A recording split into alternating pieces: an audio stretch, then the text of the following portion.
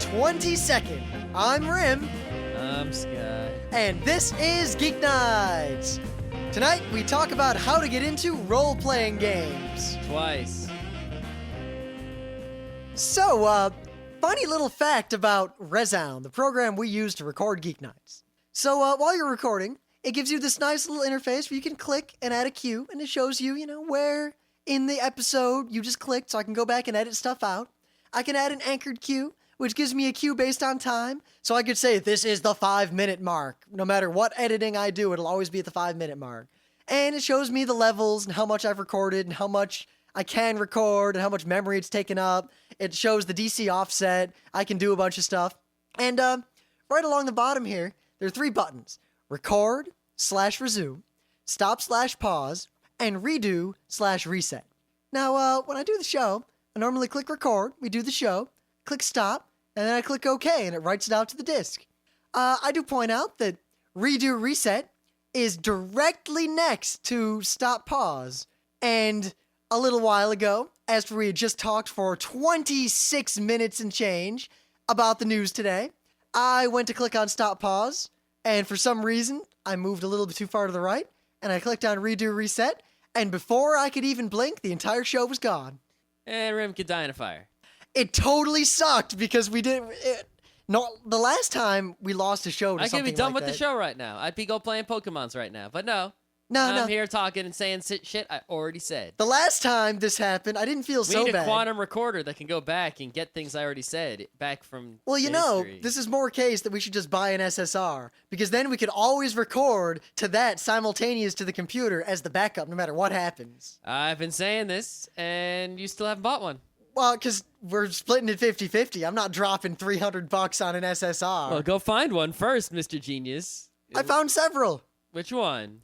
A bunch of them. They're all the same. They all work. Well, pick one out. All right, then. Yeah. Anyway, we're going to force ourselves to go through the news again, though we're probably not going to make all the same jokes we made last time. And we're probably not going to talk for 26 minutes. We'll probably talk for significantly less minutes because my Pokemons, they're...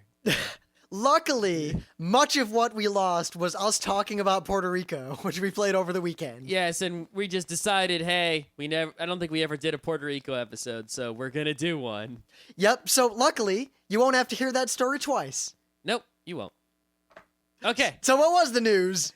My news was that Nintendo put out a thing that basically listed all the Wii and DS games that are coming out between July and September, and most of the games are crap, like, I don't know, Holly, Hobby, and Friends. Oh, that game's gonna be awesome. Yeah, Crayola Treasure Adventures. Oh, fuck Advance Wars. That's my new game. Yep.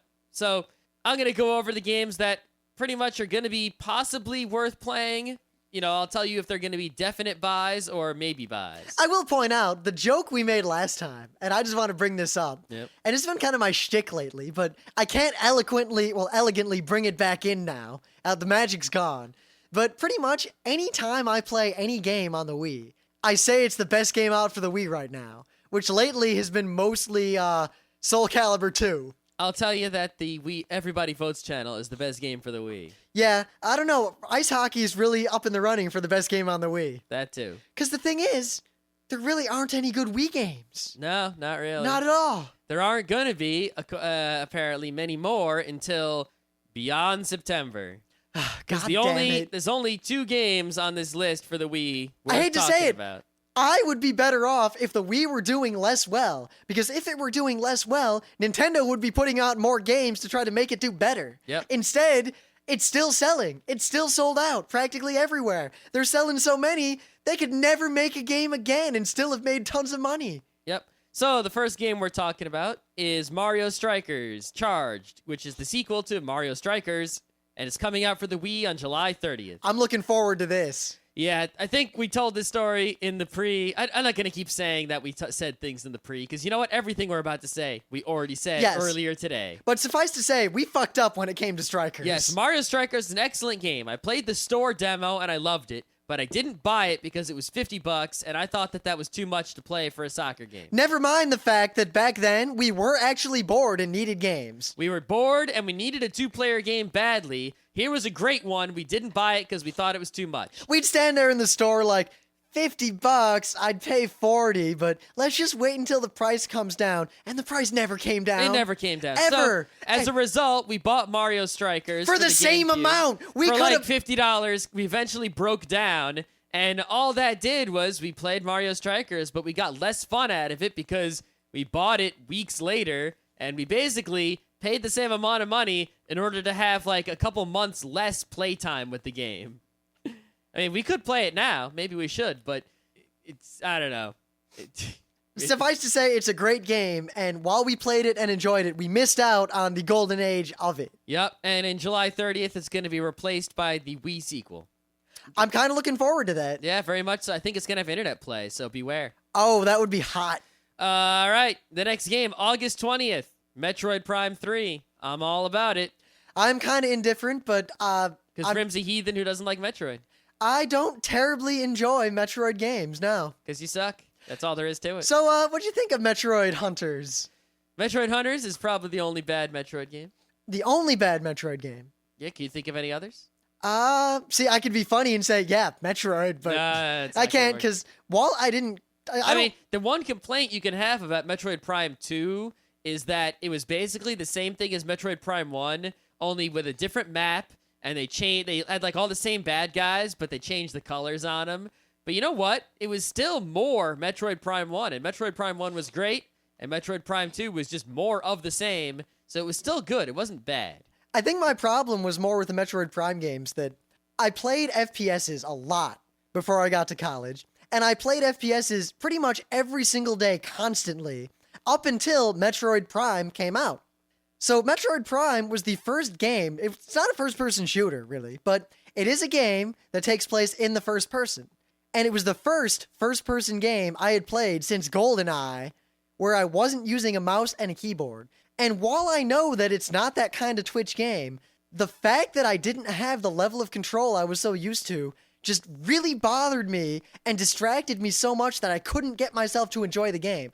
I'm hoping that now that I haven't really played FPSs for a couple years, that I can play these Metroid Prime games and not be bothered by that. Well, I think you'll be significantly helped by the fact that Metroid Prime 3, you'll probably be aiming with the Wiimote, and moving with the nunchuck, and not trying to use 2 analog sticks. I'm actually kind of looking forward to it for that reason. Yeah, but in addition to that, personally, when I play Metroid Prime, I don't get the same feeling as an FPS, so it doesn't bother me, even though normally it would. Like, even on a PC, if I play Descent, which is a first-person view game, it's like a totally different feeling from playing Half-Life 2, even though it's a first-person camera. It's interesting. And I could understand how someone would be thrown off if they were like a super FPS player. I think part of it, because notice, too, that all first-person games, I use inverted mouse or inverted joystick, always. No matter what the game is, if it is in the first person, I cannot deal with it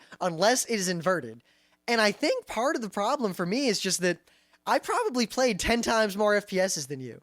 Yeah, maybe. I'm not I saying played that. a lot. I'm not saying that as a badge of honor because I played a lot of bad FPSs too. Yeah, I wasted a lot of time I with those played games. only good FPSs. But I played FPSs constantly for a very long time, and I played them a lot. And I think that because I'm not gonna try to stroke an ego here, but I was really good at FPSs. I was really freaking good at Action Quake and I think Weapons by today's Factory. standards, you're not so good. But by the olden day standards, maybe. But I don't know, today's even by standards, today, because I no. remember. You really don't stand a chance with like the fatality guys. You got nothing. Well, I didn't say I was great or the best or even near that. I was just really good. I don't think you're good. On pub servers, I generally just always come out on top. On pub servers, yeah, but pub server, that's like saying, man, I'm the king of the trailer park. I'd say that that's really good because beyond that level of being better than most people on a pub server, it's like the upper 1% that almost no one has an even chance with. It's like this other scale. Regardless, Metroid Prime 3, definitely going to buy that no matter what. I think my brain's control of FPSs is all kind of unified into one part of the brain that is unyielding and will not accept change. Yep. The only other game that I see for the Wii worth mentioning is Battalion Wars 2. And, well, Battalion Wars 1 was crap. Sucks. I knew it was crap. I didn't buy it because I knew it was going to be crap. I was right. Wait a minute. You didn't buy it. You didn't play it. How do you know it was crap? What if it was awesome? You want to bet on it? I will bet you a nickel Aha! That it Rim was is awesome. Rim's classic nickel bet. Here's my problem. Scott and I got into a long discussion about this, where basically, I can tell how well off I am by how much money I will round down to zero.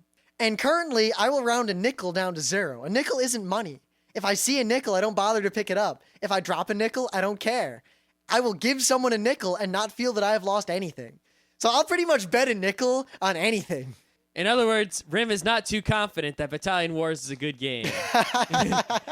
Don't buy Battalion Wars, people. It is basically, I won't even mention the fact that they supposedly put it in the Advance Wars universe because it is a tarnish upon Advance Wars. Now, Advance Wars is great, Battalion Wars sucks. If I was going to bet 8 cents, it's a whole different story. Yes. I do also want to say Space Station Tycoon. Now, I usually, who cares about Space Station Tycoon?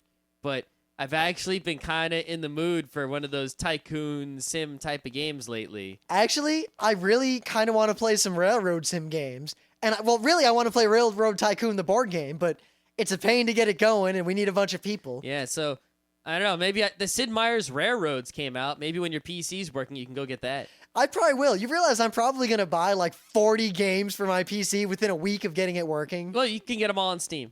Yeah. And you know what? That's it for the Wii games for until the fall. Granted, then we're going to get Brawl, which is We're going to get the Brawl, we're going to get the Mario. That's what we need. That Brawl will probably keep us going for a year while all the other games get developed. God. So the Wii is going to go from a Wii Sports system and nothing more to a Brawl system, much like the GameCube was nothing more than a mechanism for playing Smash Bros. Melee 24/7. Yep. Also, the new Mario Party is out now or soon, and yeah, we'll see about it. We'll see. I sort of feel like I should buy it, but I learned my lesson from previous Mario Parties that Mario Party, we play it a whole lot, and then we go, oh, right, it takes forever. And But then again, I remember that Mario Party was great when I had a lot of free time, because it took we don't forever. have a lot of free time. But here's the thing. Mario Party, one thing it does very well is it combines have a bunch of people who are playing a game together, and it's a video game, so it takes care of all the rules stuff, so you don't have to worry about it, and yet it allows ample ability to socialize while playing the game. Yeah. It's kind of a setting for socializing. The other thing is that if you're playing Mario Party correctly, as we talked about in the Mario Party show, you will fill all of that spare time between moves, trash talking, and nothing more. I'm sure also the Wii action of the new Mario Party might make it worth buying, maybe. I imagine we'll get it and do a show on it. It's not like WarioWare where I'm wary. I still think I don't think it's gonna fall from what Mario Party was. It might not exceed it, but I don't think it's gonna be worse. Yeah. Because you really can't beat the travesty that was WarioWare Wii. So let's see. We just counted how many Wii games. Not so many. Two, basically. All right, let's count the DS games. You ready? I'm ready. July 30th, Picross DS. Wait Woo. a minute. Isn't that the same? That's the same date as Strikers. I guess I'll be buying a 2 for on Amazon. God damn it. Yep. Let's see. SimCity, maybe. SimCity DS, maybe. I don't know. I don't have patience for those games It depends anymore. if it's like SimCity 2000, then yes. If it's anything else, no. But the thing is, SimCity 2000 was ruined for me after I played it for years. And one day I just started a city and built it up and built it up and built it up, and it was big as it could be. And from that point on, like, I'd mastered the game. And all right, I can build those awesome arcologies. And I started slowly filling my city with arcologies.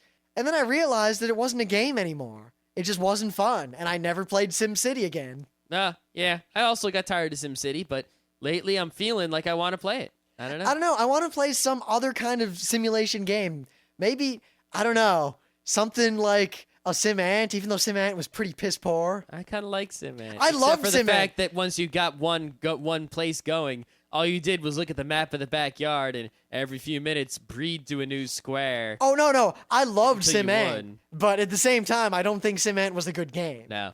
I like Sim Tower a lot. Sim Tower, I really didn't like. I like Sim Tower. Anyway, DS games. Here we go. I like Sim Earth. My only goal was to wipe out all life. DS games worth mentioning. Namco Museum. I talked about this before. Yeah. I'm totally buying it no matter what, just for the Galaga. The other games are a bonus. Heroes of Mana. Maybe. It might be some tactics-y action.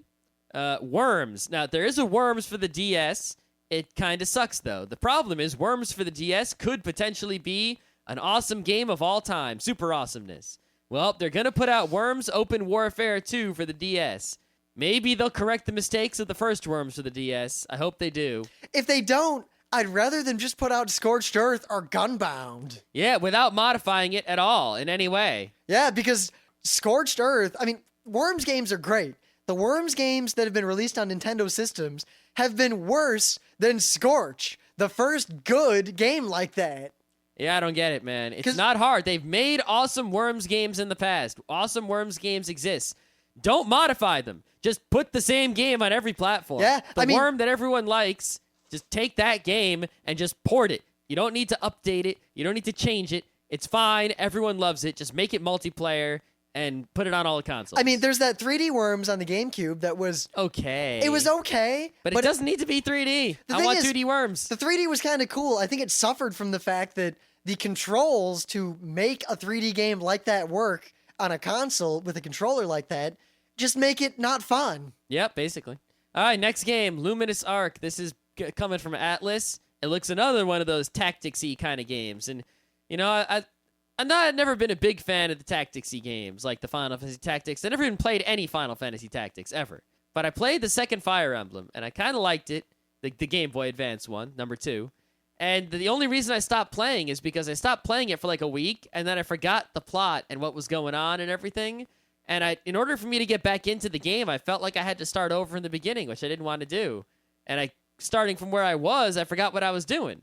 So it kind of like got out of the game. But if I kept playing it and didn't stop, I'd be able to stay in it, and I think my interest would hold. So I might buy one of the tactics-y games and see if I can stay in it and without getting bored. I don't know. I might just force myself to beat one of the Fire Emblems before I go any further. Maybe. Because I played them both, and then I just kind of stopped. But you liked them, didn't you? I did like them while while you I were was playing playing them. You liked them. Yeah. Which I did too. But then you get out of it, and you're like, huh. And it's sort of like this barrier to re-entry. I guess part of the other problem is that I have played Advance Wars, and I like the Advance Wars style of that kind of combat so much. Yep. But I also like the way that you slightly customize like the weapons on the guys. Yep. And I don't know. And how everyone's a character instead of building units during the map. I think those games come in and out of season for me, and I think I'm just not in the season. Yeah. It seems like those games get into season whenever I have a lot of idle time with my DS, which currently I've been stuck with Pokemon. Yeah, and Pokemon is definitely occupying that space. And I've been reading that awesome dragon book that Emily gave me. But when Pokemon runs out, one of these tactics games might come in and fill the hole. Man, every time I want to play a game other than Pokemon, I realize that I could be reading that dragon book or playing Pokemon. And of course, the only game left to mention is, in September, Phoenix Wright 3. I guess I should finish Phoenix Wright 2. Perhaps you should. I'm near the end. Pokemon came out. Hey, nothing you could do about that. Nah, nothing in the world. All right. I had news about StarCraft 2. I don't feel like talking about it again. I don't think I need to say anything. StarCraft 2 is coming out. And South Korea is going to explode. God. South Korea. This is all I'll say. If you were unaware, South Korea, StarCraft is big there. I mean, it was one of the biggest and most popular games in America ever when it comes to PC gaming and RTSs. But it's kind of transcended that in South Korea, which is already the land of video games. Yeah, when did StarCraft 1 come out? Fuck if I even remember. I'm going to look it up because it came out a long time ago, perhaps pre-2000. I remember the year it came out, it was the #1 selling PC game. It came out in 1998. That was a long time ago. So check this out. StarCraft came out in 1998 in the US, right? And it's still the #1 game in South Korea. That's other than almost some of those, a decade of this game. I guess, other than possibly a lot of those online games people play. No, but it's still the #1 game. I mean, sure, they play a lot of Lineage and Warcraft 2. Well, I would say Warcraft. it's #1 in that it is a part of their culture. If you are really good at that game in Korea, and by really good, I mean professional level, like you just kick everyone's ass, fatality level FPS style, only with the RTSs, you're not just a cool guy on the internet in Korea. You're a celebrity, really. On television. You're on national television, and you are basically a professional athlete. StarCraft tournaments are held on multiple broadcast networks in Korea.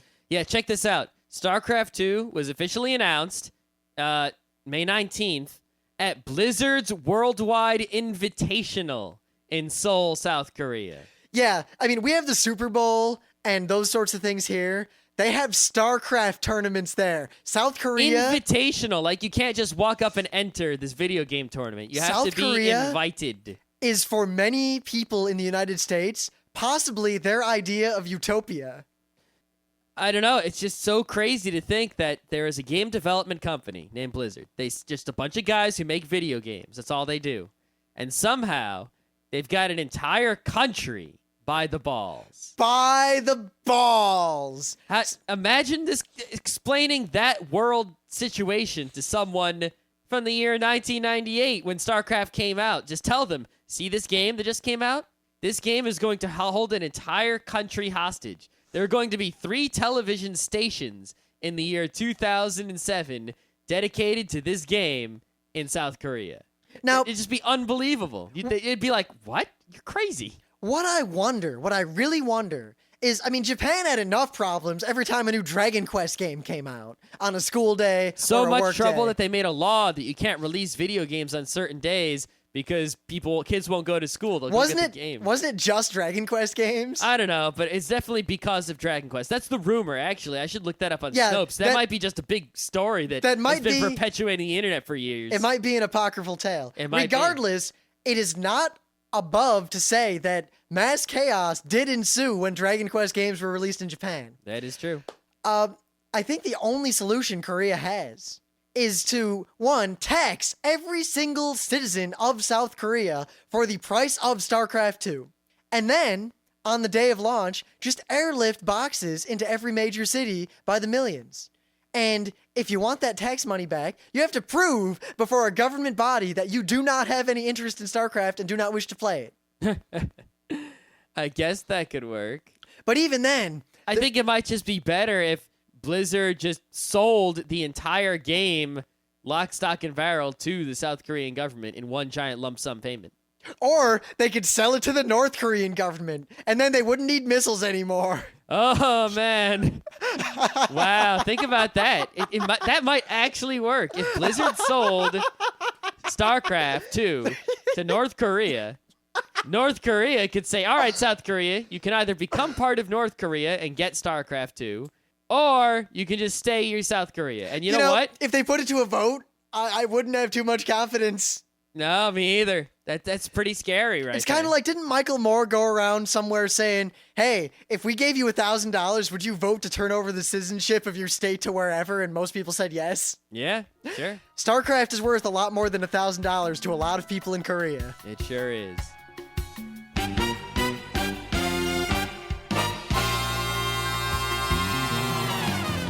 Things of the day. I think this is pretty cool. It's someone took a bunch of yarn and they made an Atari 2600 complete with controllers and a TV, and on the TV is Pitfall. Does it work? Yes. Awesome. No. Oh. Yeah, I'm glad they chose Pitfall as the game because that is one of my preferred Atari 2600 games because actually out of all the Atari 2600 games, I think Pitfall is the most slick and styling and smooth and polished, whereas a lot of the other ones are rough around the edges, to say the least. Yes. Now, the fact that it was Pitfall was the only reason it was pushed over the edge into being my thing of the day. Doo-doo-doo-doo-doo. Watch out for them scorpions. I just love that noise. Doo-doo-doo-doo-doo. Man, you always had to be a chump to go underground, because underground just sucked, and you couldn't get very far, and there's always scorpions and walls, and almost no treasure. Yeah, basically the whole game is stay above ground unless there's a treasure underground, in which case go down there and get it, then immediately come back above ground where it's much safer. I don't know why you would ever go underground. Scorpions are so hard to get past. All right, my thing of the day. If you ever played the game Contra, Rim? You know, Contra 1 for the NES. Oh, I remember. That was the game where the game that made the Konami code famous. The game where you'd put in the Konami code, and it would give you 30 lives. And I thought it gave you 70 lives. No, it gave you 30. All right. And then you'd have 3 continues of those 30 lives. Oh, that's right. That's how it And despite that, I still, half the time, couldn't beat that fucking game. Yeah, Contra was a platforming shooting game. You basically walk to the right. You couldn't walk back to the left, because they would only scroll one direction. And you could shoot your machine gun. You could get different weapons in your machine gun, but it was always a machine gun of some sort. And you'd shoot bad guys and walk to the right. A few levels, you would walk up instead of to the right. You'd walk into the screen, but it wasn't that much different. And eventually, it was sort of like, a space shooter, only without the flying, basically. Just the platforming. Well, Contra was a fucking hard game. Only really, really good people could beat it. I could beat like 2 levels, and then I would like die in the 3rd level. Yep, my brother and I would often put the code in, play 2-player, and then fight to get to the end. And half the time, the goal was, all right, we just have to beat 1 more level before we continue, and we're okay. Yep. Well, some guy on the internet made a video of not a speed run of Contra. No, speed run, who cares? You can get some computer to figure out how to get through this game as fast as possible, whatever. And it doesn't appear to me, I do not believe that this is a machine-assisted run. I believe almost 100% that this is an actual video of someone playing the game. I can tell by the way he's playing that it's not a machine. I can tell by the pixels. Yes, well, also, if it is a machine playing, then they have done a very good job of masking the fact that it is a machine playing. Well, what the player might have done is use save states here and there before troubled spots. He might not have done it all in one go. Oh, that is possible. There's no real way to know. There's no way to know, but I'm pretty confident that this is actually a real run through Contra with no deaths. He did not die. Now, keep in mind, Contra, 1 hit, you die. Not only one that, hit. There's bullets everywhere. And constantly. The game, half the time, especially in the later levels, it's literally dead, dead, dead, dead, dead. This guy beat Contra in this video without getting hit at all, without dying. He didn't beat it as fast as possible, but he beat it pretty damn quickly, and he just mowed right through the game, and it's amazing, and you should watch this, because Contra's not really that long if you don't die. Yeah, the game always seemed like this long, terrible struggle that took hours, but yet... There's only like 5 levels. I know. Or 6 or 7, not too many. It doesn't take that long to beat, it's just, I guess I sucked. I also sucked. I think we all sucked. I think if I practiced it now, I could get good, but who Have cares? any of you out there ever beaten Contra, or even gotten to the end, or even gotten near the end? I did it with save states on an emulator once. Without cheating, or using the Konami code, or using an emulator? Probably nobody. Well, at least without the features of an emulator. I guess you can use an emulator. Yeah. So, as we've probably mentioned in the first half of the show, we're now recording the second half of the show, and then we're gonna go back and record the first half of the show that I stupidly deleted. Damn you, reset button. Rim's fault. It is my fault. You owe me something. What do I owe you? I did all that hard work of talking, and now you just threw it away, so you owe me something. Yep, you know what? I give you the talking I put into that thrown away footage, so we're even. But you threw that away also. That's like if I gave you something, you threw it away, and then you were going to pay me back with some money, but then you threw the money away also. Fine, you know what? I will give you the market value of the percentage of the episode of Geeknights that was lost. All right, sure. Good game, Creative Commons. Hey, if one day we ever, get some royalties or some, who knows, sort of arrangement because, on this particular episode, I'm going to get your half. Except that no matter what we sold the episode for, it's still available for free under the Creative Commons, thus making the value 0. No. If let's say Satellite Radio pays us $5 to air this episode.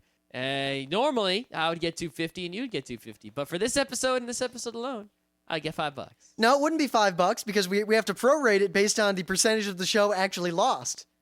So the longer we re-talk, the less your money's worth. I guess so. Anyway, we're gonna do the first half of the show real short. It is getting into it week.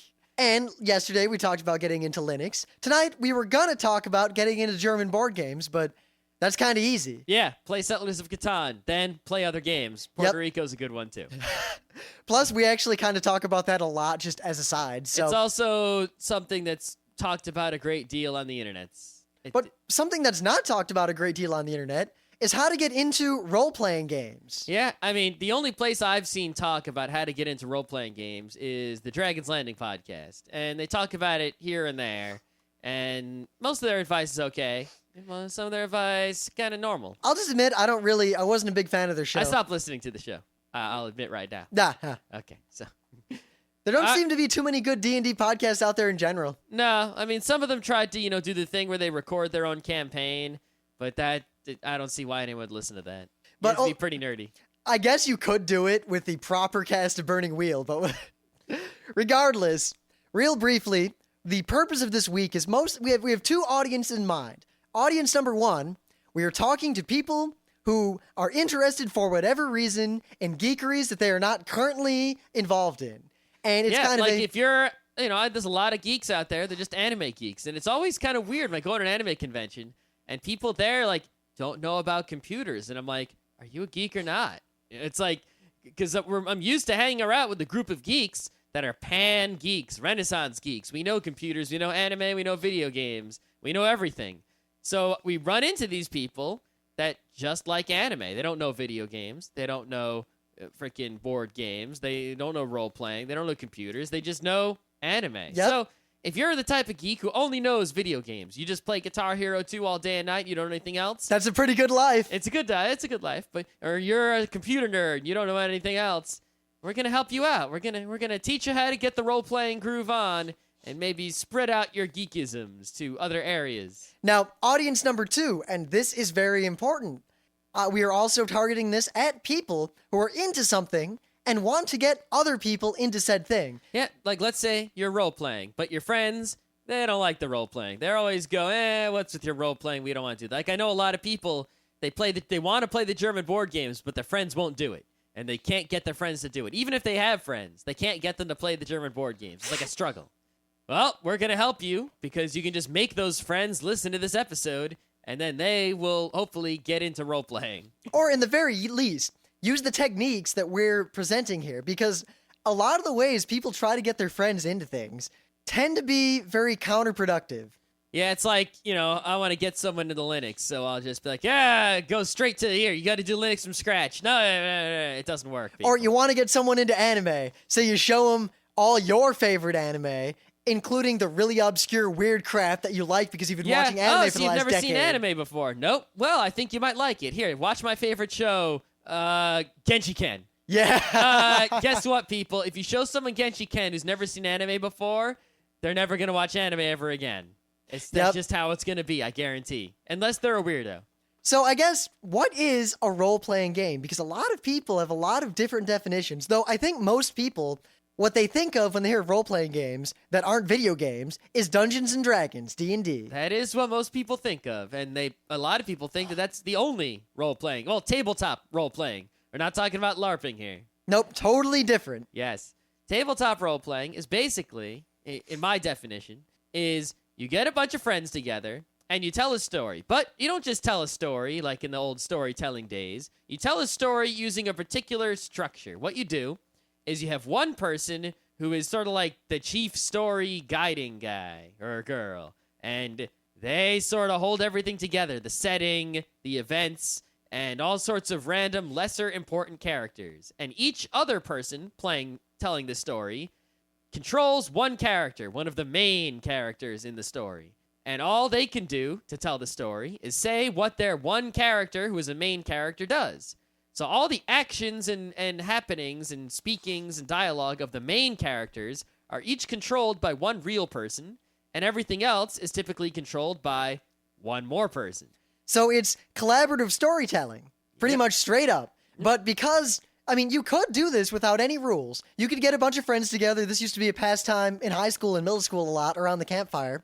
People would just make characters, come up with a quick setting, and with absolutely no rules, just kind of role play and come up with a story over the course of it. Yep. But as we've often found in our lives, oftentimes the limitations that are placed upon you are what cause you to excel or to do something you never would have thought you'd do. Mm-hmm. So role-playing games are systems that we use to create a framework around which we can role-play. It sets the boundaries. It sets the rules. It sets sometimes arbitrariness, sometimes luck, randomness. It gives you a method of having order, and it forces you to take the storytelling in most likely more interesting directions. Yeah, if you're just allowed to tell whatever story you want, I'll be like, all right, my guy spreads wings and flies and up to the top of the castle, and he fights the evil wizard, but he's more powerful than the evil wizard, and he beats him, and I'm the hero, haha, and the end of the story.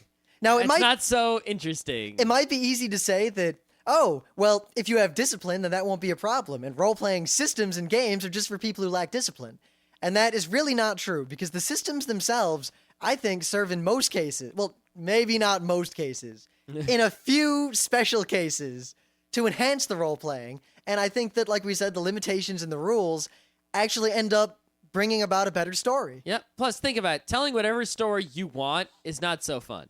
What is fun is being challenged to tell a story about something specific. Like, you know that nano-fictionary card game? Yep. It's like you get these cards and you have to tell a story about what the cards say. And that's when it's fun because it's like, okay, here's a challenge for you. You know, let's see if you can, beat this challenge. Tell the best story you can using these elements. So when you're playing D&D, good D&D, it's no different when you're in a fight. You roll some dice to see how the fight turns out, and you're forced to role play, the results of whatever that is. Who knows what the results will be, but you're forced into it. It's just like nano-fictionary forces you to tell a story around some cards. I remember when I was young and I was in middle school and I was trying to get other kids into D&D so I could play a game because it was incredibly hard to find people other than at conventions who wanted to roleplay with me. Mm-hmm. So I remember one specific conversation where I was trying to explain to someone what the game is and they were dubious. And the only way I could really explain it, because they're like, well, how do you win? What do you do? And I said, well, basically you just say what your character does and they do it. And there's rules about how to resolve that. And they couldn't understand it. They absolutely... It's because it's not... The problem is a lot of people go into it and you say game, and they automatically think, in the structure of a game, there's winning, there's losing, there's competition, there's rules. I need to make decisions or do certain things in order to achieve victory, something. And that's where you get the role-playing of dungeon crawling, collecting treasure, whatever. But those people might as well play Hero Quest. Now, I'm going to narrow our definition a little bit here. Because we're talking about role-playing games and... Tabletop role-playing games. Yep, and Dungeons and Dragons and all that sort of thing. But there are two very different schools of thought in how to play, and I think that both are equally valid. So for the time being, I'm going to ignore Beer and Pretzels D&D, but I'm going to come back to that point. So if you think that what I'm about to say and the thing Scott is also about to say are disparaging straight-up Beer and Pretzels Dungeons and Dragons... Don't get us wrong. Or any other sorts of beer and pretzels role playing, because there are many types. We'll come back to that. Yes. But for starters, we're just going to talk about role-playing games where the intent is to role-play. Now, another way to look at this is basically you're acting. Everyone is acting in a play, but you're also the audience of the play, and instead of having a script, you have a rule book that tells you what the rules are for acting. You're also the not only the audience and the actors, but you are the writers and the screenwriters and the director and well, the DM is more to the director, but yeah, you're everything in the play all at once. So you're getting the entertainment from watching other people act. You're acting yourself. You're facing challenges of, what to act. You're improvising. You're being directed at. You're directing. You're doing everything that's involved all at once without the fancy lights and the fog machines and such. Now, how do you get into role-playing? Is a very difficult question because I hate to say it, but the majority of people who play Dungeons and Dragons or any sort of role-playing game don't actually roleplay or roleplay in such a limited or... Shallow. Yes, shallow I believe is the perfect word manner, that it's not really role-playing at all. Yeah. Like, if you ever watch that famous thing of the day that's still one of our favorites. Are there any girls there? Because if there are, I want to do them. Oh, that's a good one. I was thinking of Murdoch and Gardakan. That is the typical D&D game of people who don't know how to play properly. So rule number 1 here, the first thing we have to get across is that if you think that role-playing is like that, you have been watching the wrong people role-play. Well, no, role-playing is like that for a great many people, but most people do it wrong. Yes. Again, don't worry about Beer and Pretzels. We'll come back to that. We will. I think we can stop saying that. Because I don't want someone to go, hey, you're making fun of my D&D. Well, they can shut up.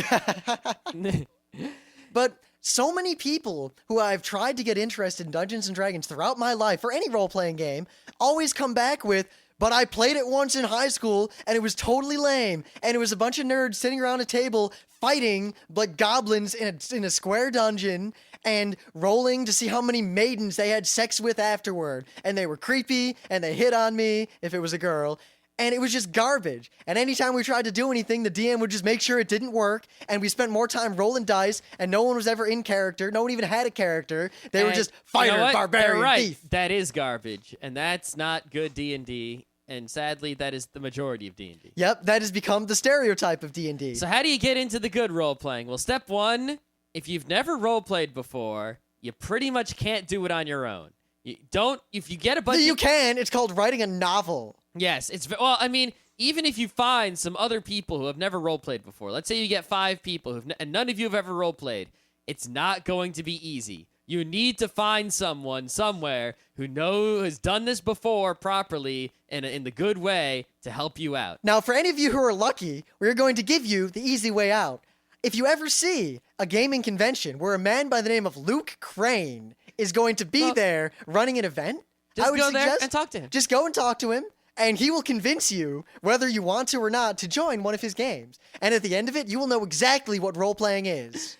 But if you are not so fortunate, you can still go to a gaming convention near you, and maybe, if you're lucky, there will be some people there that are role-playing properly. You could probably tell because if you sit down with them, or if you look over at their table, they will be laughing and having a good time, and some people will stand up and say dramatic things or something like that, as opposed to a bunch of scary nerds who smell going rolling dice a whole lot. The easiest way to tell if some people are actually role-playing is if you come upon them while they're arguing or talking, and you think for a second that they're actually arguing or that they're actually angry at each other. You can pretty much tell looking at a table of people who are playing an RPG whether that RPG is good or not. It's not difficult. Well, I guess, what are the signs of good role-playing? And then we can go through what are the signs of bad role-playing. All right. Because I think they're pretty evident. Okay. Good role-playing. All the things we just said. People yelling, people speaking. standing up. In the first person. People look like they're being passionate about something.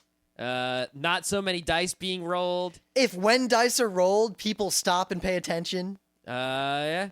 If characters will walk away from the table and in character continue to discuss. That's a good one. Anything like that. Basically, if you see people who are acting in any capacity, or even if they're trying to act, even if they're not doing a good job, they're trying to be in character. Their characters have motivations. It's not just a dungeon crawl. There's an actual story. Yep. Yeah, because remember, we said before that role-playing is acting. So if you come across some people role-playing and they're doing a good job of it, you're going to feel sort of like you're watching a play. It might not be a good play, but it'll be entertaining to watch. Unlike 2 people playing Puerto Rico, not so fun, but it's not really a spectator game, Puerto Rico. But nor is Hero Quest. But D&D, played right, is very much a spectator game. Now, from the perspective of a player actually in a game, here are some of the signs of bad role-playing. First and foremost is if you have a dungeon master or a game master or whoever, who, no matter what the players attempt or what the players put forth, he always foils it, and it's kind of adversarial, him against you. That's bad. That is generally not good role-playing. Mm-hmm.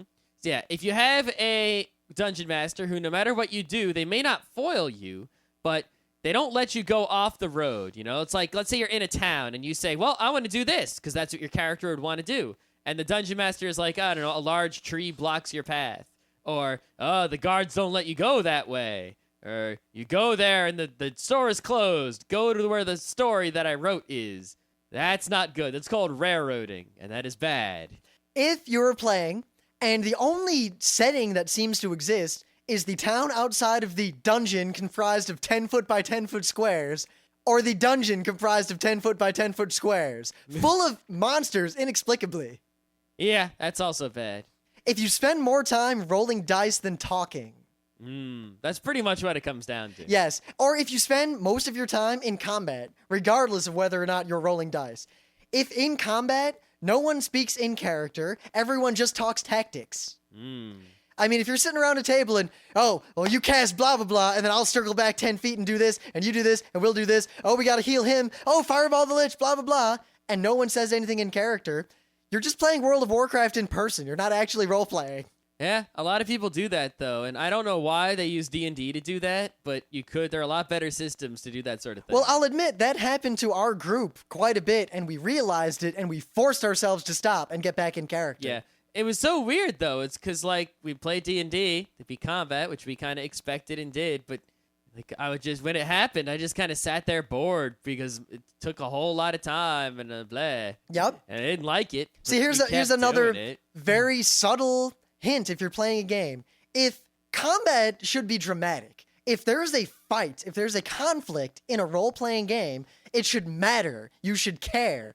If you're ever involved in a conflict where you don't care and it doesn't matter, barring the chance that your character actually doesn't care and that it couldn't affect them, then why are you even having the conflict? Because it's not part of the role-playing experience. It's just crufts. Yep. Now, a lot of people will tell you that if you want to get into role-playing and you can't find people to do it with, your local game store is just a bunch of scary people or you don't have one, you can't find any conventions nearby, you don't have any friends who will do it with you, a lot of people will say, hey, you can go role-play in forums online and there you can get into it. Well, I actually disagree with those people for the most part. While it is possible to do lots of, forum role-playing stuff, and this stuff is widespread across the internet. In fact, we played in a game for quite some time. Yep. And there's IRC role-playing and all sorts of other things. It is my opinion that tabletop role-playing does not work basically well enough when you're not in person to warrant doing, especially if that is your first role-playing experience. That's just bad. I mean, if you've played role-playing games before and you know what you're doing and you just want to do something in a forum, more power to you. But as a first experience, forum D&D or forum tabletop role-playing of any kind, I don't think it's going to work for you. You're going to not get the right feeling from it. You're not going to know what to do so much. I just don't think it works out. And I've seen a lot of people, they try to get into that, and then they go to the forum a couple times, they never come back, and that's that. And then they're turned off from role-playing forever. So don't do that. So then, how do you get into it? How do you find a gaming group? What if you're in a town and you think you're the only person who's interested in role-playing? You own all the Dungeons & Dragons books, but you've never actually played. You go to Craigslist, and you find people, and you say, hey, man, what's up? And you make sure they're not scary. Yep, or more likely, especially since a lot of you haven't been to college yet, if you haven't role-played at all, that I played a lot of D&D in high school and such, but when I went to college, particularly if you go to a big, or more importantly, a nerdy school, you will automatically find a lot of people who are into these things, and a good percentage of them will probably be pretty good at it. Yeah, I learned how to play D&D accidentally. I went to Nerdy Summer Camp, where I was pretty much forced to play D&D at the Nerdy Summer Camp. So go to Nerdy Summer Camp if you're a little kid, and that'll teach you some D&Ds. Yep. But I guess the moral is don't lose hope, because before I found people to play with, I did, in fact, own all the D&D books, and I knew, one kid who knew about D&D, and he was really scary, and I avoided him at all costs, because I really didn't want to play in a game with him. And I read the books all the time, but I had no one to play with. Yep. And then I found people to play with eventually. You just got to stick to it. The thing is a lot of people sometimes have a hard time getting into role-playing because they start out, of course, trying to play Dungeons & Dragons, which is fine. There's nothing wrong with that. But Dungeons & Dragons is sort of like this high fantasy world, high fantasy system. There's magic and spells and wizards and all this sorts of stuff. It's also, in my opinion, not a very good system, all things considered. No, but it works, and it teaches you role-playing, and but the thing is, it only works on nerds. And it seems that because of most role-playing game systems tend to be centered on high fantasy or science fiction, cyberpunk type things, that it's really a whole genre of gaming that is sort of restricted to geeks and geeks only. And people who are in any other sort of lifestyle, let's say jocks or whatever, they might enjoy role-playing games, but they don't play them because the themes of them are so nerdy. Well, there are many role-playing games out there which do not have such themes. And if you don't say to, the people that you're going to play with that these are role-playing games or anything, you can probably use these games to get people into role-playing who normally would not be. But yeah, basically, there are a lot of people out there who recognize this problem that most RPGs tend to be nerdy in theme, and they make tiny, simple, easy to learn, very cheap role-playing games that you can play with your mom. You could probably trick your mom and your brother and your dad and your whole family into playing these things, and they'll have a good time, and they won't even know what they just did.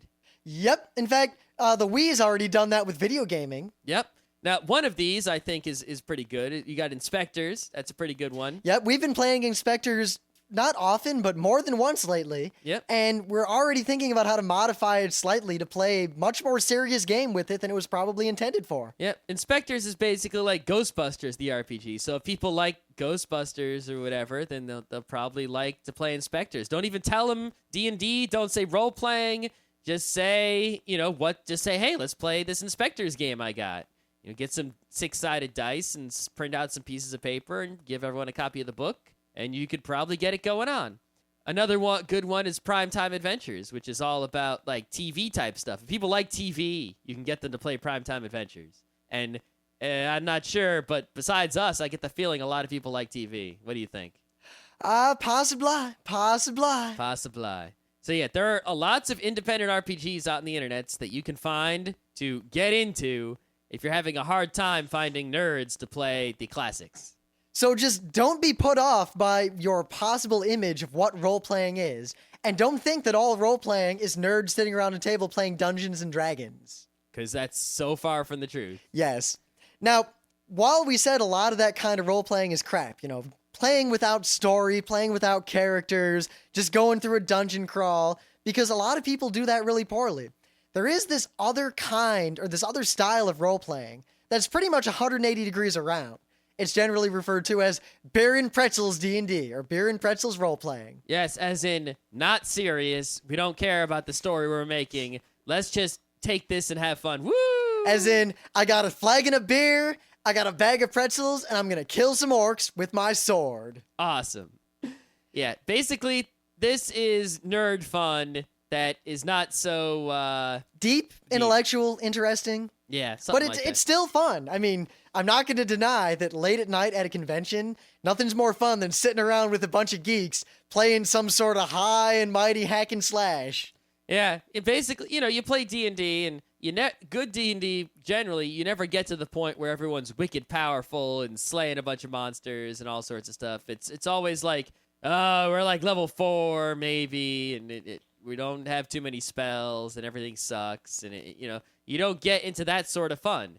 But a Beer and Pretzels game, it's like, I am the super knight of Lord. I am Senor Gardakan. Yes, I am King Testicles. Fear my mighty sword. I slayeth you. Ha. Now the thing is, I still make the distinction between Beer and Pretzels D&D and bad D&D, because Beer and Pretzels, if run properly, still avoids all the problems of bad D&D. If you've got a DM who doesn't let the characters do anything, or gets in their way constantly and is adversarial and annoying, and no matter what clever thing you come up with, they just automatically make sure it doesn't work, or they cheat with the die rolls to make sure they can't lose, it's still bad D&D, no matter how you slice it. Yeah, I think the best example of Beer and Pretzels role-playing is that Kobolds Ate My Baby game, which actually says on the book, the Beer and Pretzels role-playing game. It pretty much is. Yeah, it's a game where everyone's a kobold, and you have to eat babies, or take babies back to the kobold king. Rescue is not the word. Yes. You go steal babies from the humans and bring them back to the kobold king. Rescue them from life and deliver them into my belly. Perhaps. And the game itself is silly. You role-play a little kobold, and it's silly, and everything is silly, but you still have to role-play this little furry kobold, and it's still kind of fun.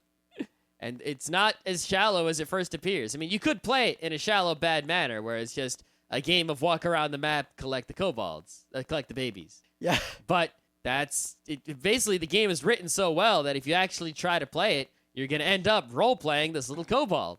And it'll be Beer and Pretzels. It won't be too serious, but it'll still be good.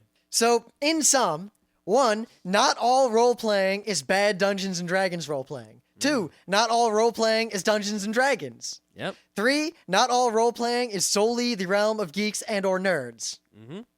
Does that cover it? I think so. I mean, beyond that, the only advice we can give you is try to find a good group of people. And more importantly, if you find a group of people and you're not enjoying yourself, and either they're not role-playing, or it's not the kind of game you want to be in, or if you're not having fun, don't feel obligated to keep going. Quit. Find a different group. You're better off not playing than playing a game that you don't enjoy going to. Yeah, I know a lot of people have this problem, is that they go to a game and they just feel obligated to keep going because they're in the game, and if they leave, then that game will be somehow ruined. There was a game like that, I won't mention who ran it at RIT, that basically someone tricked me into joining it for the sole purpose of quitting without guilt. And it was probably the worst role-playing experience I have ever had. More so than the guns game that I ran in high school. Perhaps the worst role-playing experience I have ever inflicted upon others. Yes. But, yeah, don't feel bad about, if you're in a bad role-playing game with people who, like... Suck. Make no bones about it. Basically, if you're role-playing and there's a problem, you've got to open your mouth or move your feet. That's pretty much... You have to just do it immediately. Don't hesitate at all. Let's say I'm playing with a group of people and it's a good game, but some of the people don't show up all the time and it's kind of hurting the game. The next time they show up, I'd be like, hey, you guys don't show up. If you're not going to keep showing up, why don't we just stop this? Because it's not worth it. Or if we're role-playing and one of the characters he's playing the stupid way and he's not saying anything or acting, he's just rolling the dice and doing the combat. Like, hey, are you going to role-play or what are you doing here? Why are you here? Maybe you should just leave. If someone's being a problem and ruining your party, say, hey, we're having fun, except you're ruining it. Go home. Or if you're role-playing with some people and they're all nerdy and you don't like it, just say, hey, listen, guys, this isn't the kind of game that I like. I'm not having fun here.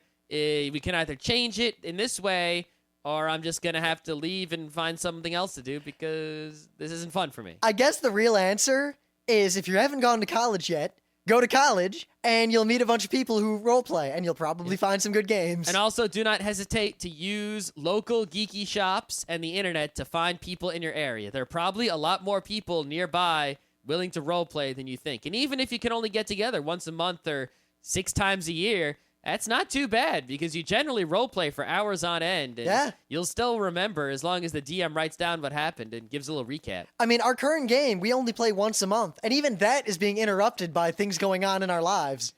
Mostly conventions and geek nights. Yet the game still seems to be going strongly enough. I don't feel like the game is weak or bad or anything. Yep. Now, I guess any more we would say wouldn't really be how to get into role-playing. It would be how to cause good role-playing, which is a whole other show. Yep. No point talking about that here.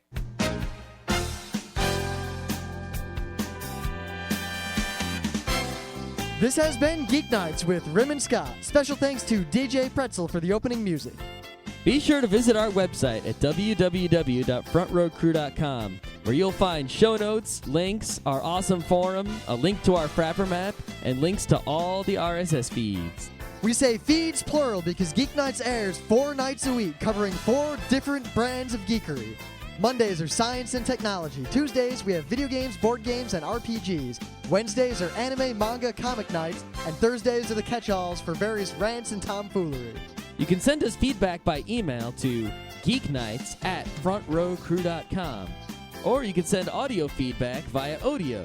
Just click the link that says Send Me an Audio on the right side of our website. If you like what you hear, you can catch the last 100 episodes in iTunes or in your favorite podcatcher. For the complete archives, visit the website, which has everything.